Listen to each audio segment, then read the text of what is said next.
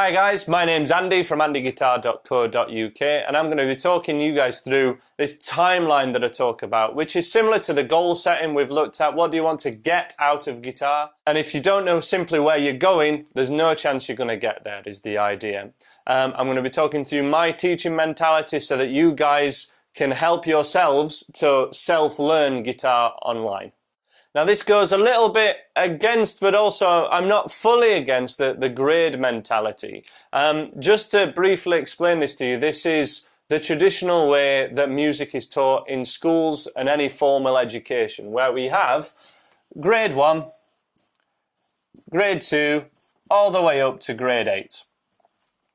To give you some inclination of what those numbers mean, grade 5 is considered to be GCSE level, which is high school leaving age, 16 years of age in Britain, basically. Grade 8 is considered to be what you would need to gain entry into university. So we're talking about a high standard of playing and learning. This is a system of learning which I don't formally back. For two reasons, mainly because it is not a system I feel helps the people that pay me day in, day out to help them on guitar.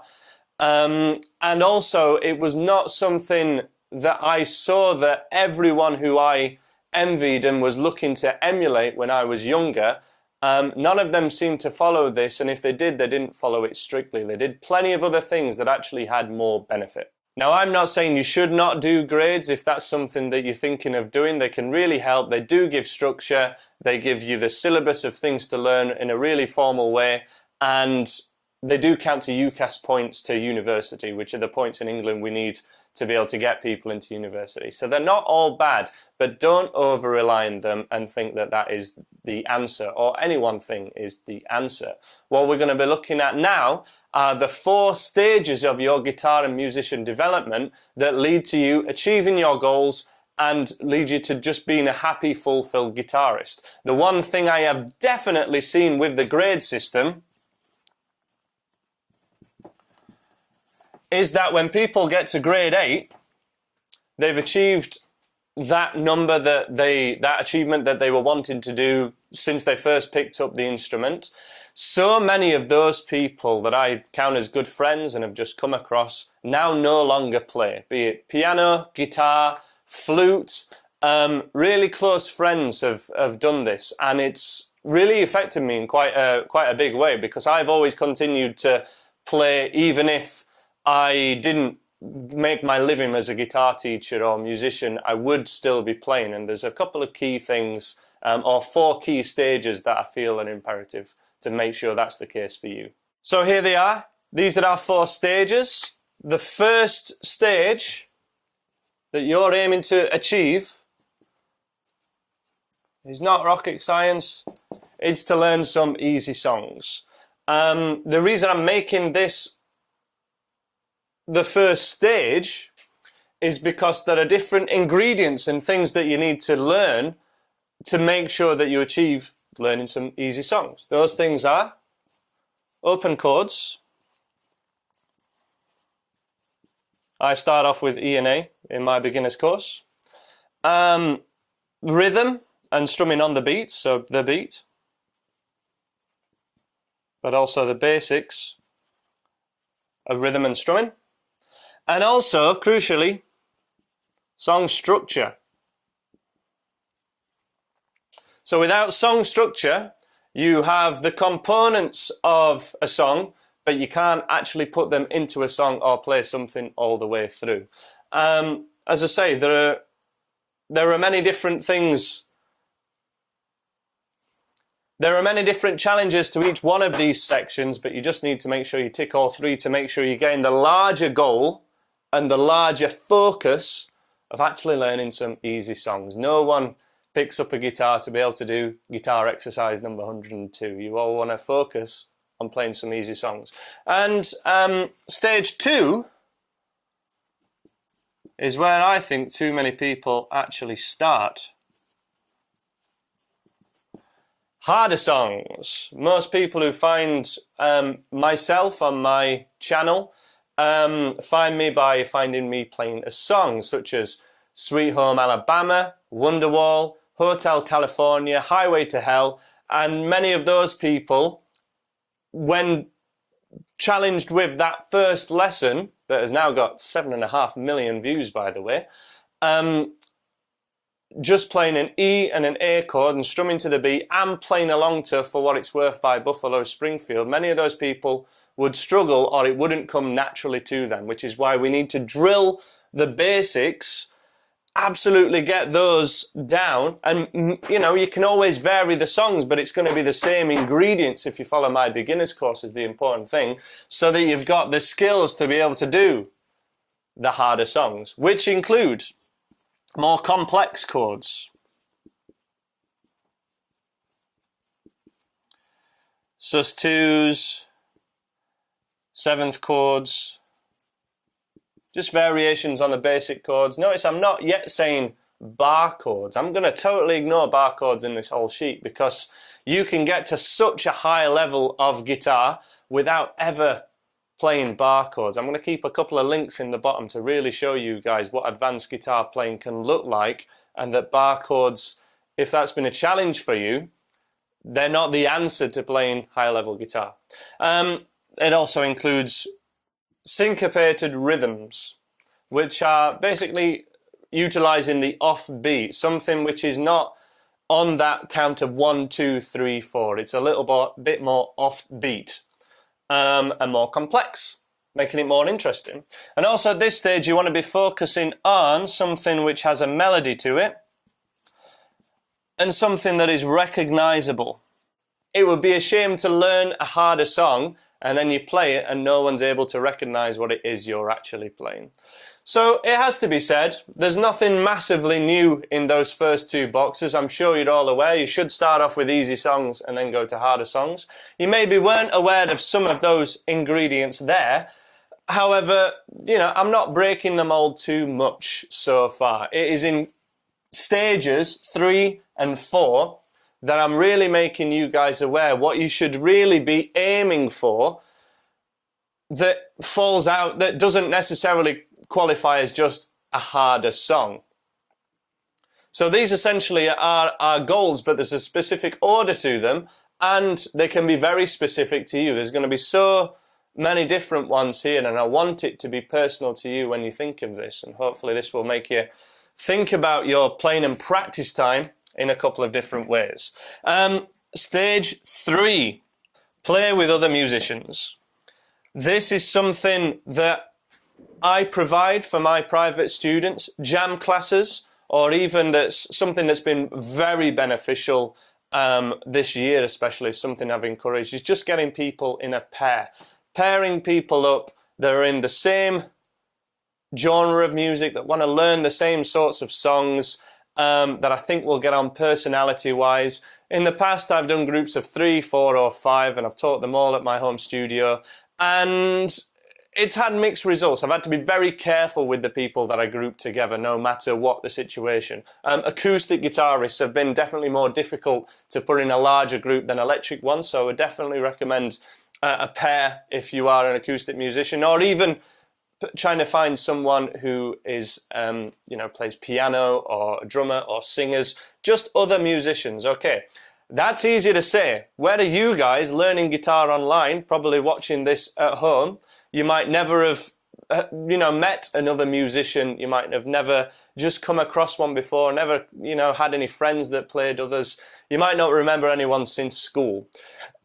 So the best places that I've found are certainly open mic nights. Open mic nights have been a great service to me to find like-minded musicians and be inspired as to what I actually want to do with the actual guitar. What do you want to be able to play? What do you want to be able to aim for? Of course, the best people to try and play with are the people that you already know, friends. If there's a friend down the road from you, 2 doors down, who plays guitar and you've not met up with him yet to play guitar, or is at the other side of town, please do try and make it regular, but you've just got to start. This is the same as like having a gym buddy. If you have a gym buddy you're going to make more progress because you're both going to encourage each other to go regular. You know, you might not feel like practicing or going to the gym that day, going for a run that day. But if you've got your friend who's saying, "Are we going today?" you're more likely to say yes. It's simple as that. But there's so many other benefits, the feedback that they can provide, the things that you can learn from them. It's quite amazing, really. You can also rely on online ads. My function band that I've just ceased to be in, Northern Vinyl, they found me through an online ad that I placed, basically advertising myself on a site called Bandmix. There are hundreds of them. There's plenty of classifieds ads. There'll be ones that are local to your area. And it doesn't have to be for a band. It can just be for, hey, I'm learning guitar. If there's any singers out there or any other guitarist, someone who wants to play a bit of lead or rhythm together and is into this style of music, these bands, go right ahead, get in touch. It can be as you know, as low pitched as that, as casual as you want to make it, but you need to play with other people to encourage you to do so. If you're with a guitar teacher, a good guitar teacher, not even an amazing one, just a good guitar teacher, should run jam classes where he groups his students or her students together and also networks with other teachers in the local area to get like-minded musicians together, possibly running events, but even just being aware of, hey, what students have you got? Have you got anyone that likes rock lead guitar? I've got another guy that likes rock rhythm and lead guitar. Let's get these two guys together and they can play. While these things are happening, so say the first time you've gone to an open mic night a couple of times and you haven't met anyone yet, it's a shame to waste that time. So this is where I really recommend, to benefit all of these, to play along to the record. Learn some songs, probably well-known ones are just the best way to go, so that you know this is something that will feed into, you know, being able to play along with friends. You know, do learn some things like Wonderwall that most people are likely to know, so that you've got something to play as that first time when you meet, and to give people an idea of your level as well, if you can play something that they know. But play along to the record. It works on your timing, it works on joining in to music that's already playing, and that will prepare you for playing with others. This, for many people, is a step beyond what they were already thinking. Maybe this is a very solo and a personal journey for you. Even if that's the case, once you're open to this, it is not a big step at all, but it's a crucial one to finding the most crucial of all, I think, your musical outlet, which is really your goals. If your goal at one point was to play a bar chord or be able to play a easy song, a harder song, then this is the long game thing. This is the thing that you have in mind that initially inspired you to play that first song or that first chord, or to pick up the guitar in the first place. I've made a couple of videos on this now, remembering why you picked up the guitar in the first place. And that's your musical outlet. And this is the thing that grading system, grade 1, grade 2, grade 3, does not give you once that grading system has either been completed or you've gone as far as you can go in that, or it has served its purpose. So this, for example, the obvious ones are playing a band, or join a band, put ads out for a band, playing live, be this solo, on your own, or a duo, or with 3 of you. They can be guitarists, they can be singers, it could just be you playing with your girlfriend or your boyfriend. It can be really fun. It doesn't have to be a performance-based outlet, but guitar is a performance skill, and I think so many learners kind of forget that point, which is why number 4, I would say, is the most crucial of this whole video. This could be as easy as creating ideas, which is basically songwriting, or just being able to play the guitar and find a way to express yourself rather than just playing songs all the time. These first 2 are so songs-based, which may be why you play guitar in the first place. However, it's not going to lead to a really fulfilled guitar playing life and not going to make you want to do it. Once you've played the few songs that you want to be able to play, you want to be able to create your own things, your own ideas. Just be able to play it and not be able to play one particular song or the other. Create something that sounds good to you, that's in a certain sort of style. Recording. One great thing I do in lessons is record my students so that they can give their own feedback on their own performances, which can be scary. It can be like hearing your voice back on the answer machine, going, oh, I don't sound like that, do I? Oh, that's awful. But once you've got over the initial shock of you hearing yourself back, that provides the feedback that a teacher can give you. But it gives you for free. If you can even just use your iPhone, or even, I've been amazed how good devices such as the iPad or even iPhones, or I'm a bit of an iPhone person, it has to be said, but any sort of tablet or mobile, how good the video quality is and how good the sound quality is, just to provide you feedback, not to multi-track your own album or anything, but to be able to record what it sounded like on that day. It's absolutely fantastic as a record of your progress. Video is amazing. The only person that needs to see that is you. So if you're saying, I'm never going to play in a band, I'm never going to play live, that's just not in my sights, record yourself so that you can give yourself feedback and as a record of what you've achieved, what you're doing, and then where to go from there. Some, but not many of my students, but some of my students also want to be able to make their own YouTube videos in a similar sort of way that I do, but just performances. But as I say, music exists as a means to express yourself and for others to enjoy that means of expressing yourself. And unless you're aiming for all four of those stages, and they can overlap. Sometimes you'll have someone to play with when you're still learning easy songs, which is fantastic. Sometimes you'll start songwriting after you've done your first chord, and that's great. Sometimes you'll be going to open mic nights, you know, before you've learnt your first chord, and that's great as well. But unless you're trying to tick each one of these stages, unless you've made a plan of action to be able to actually do those, whichever one of these, you know, things like open mic nights, playing in a band, making sure that your songs are a bit more complex after you've been playing guitar a certain amount of time. These things lead on to happy, successful, and fulfilled guitarist. Whatever that success means to you, it doesn't have to include performance, but in my opinion, it does have to include playing with other musicians.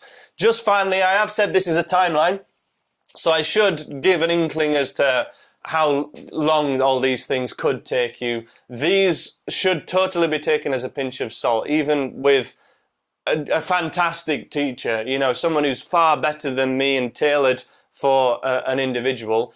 Every student's going to learn different things at a different pace, and they're going to pick up each thing at a different place and each of the different ingredients. So there's no, you shouldn't be at a certain stage within a year, certainly. I do want to make that clear before I say this.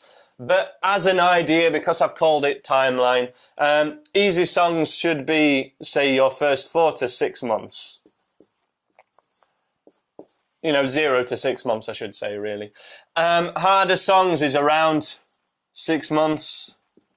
Should be going for something that's a little bit more complex, but it's whatever's more complex for you. It should have some element of recognizable or a melody.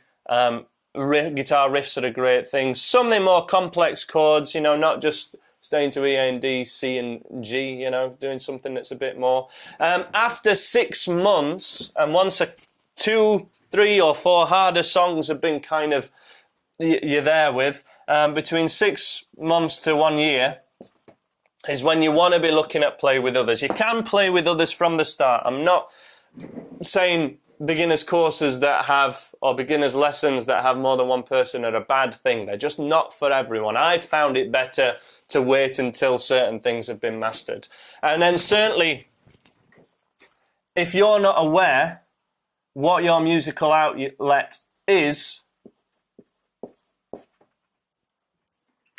at least one of these things should be very much a big part of your practice routine and your thoughts for where you're wanting to go. You want to be looking at a musical outlet after a year or up to a year. You know, if it takes 2 years to actually get, or if it takes 5 years to actually get the right band going or the right person to play with or to actually learn how to record something, that's all well and good. Don't think, oh God, a year, I'm supposed to do all this within a year. It doesn't have to be, but you want to be aware of each one of these things and be coaching yourself towards it. So this whole video has been a little bit self-help, I guess. There's a few self-help concepts in there, but if you're learning guitar by yourself online using videos that you find, guess what? You're part of the self-help club. Welcome. So these are just my ideas. Hopefully they've set off a couple of sparks for you. These two bits are definitely what my part of my job is for my website, andyguitar.co.uk. We got the beginner's course. We got some harder lessons and some great songs on there for you to be able to do. These two things are the things that I help my private students with, very much so, giving them the right people and the right outlets and recording them, providing live opportunities where possible. And these are the things that don't translate as well to just putting on a website and putting on YouTube, okay? These are things you've got to coach yourself through or find a way to do this. And that's what I've been helping you with today. Hopefully that's been something that will serve you well and that you've enjoyed. Please subscribe if you like what I do. I'm sure I'll see you again. Bye for now.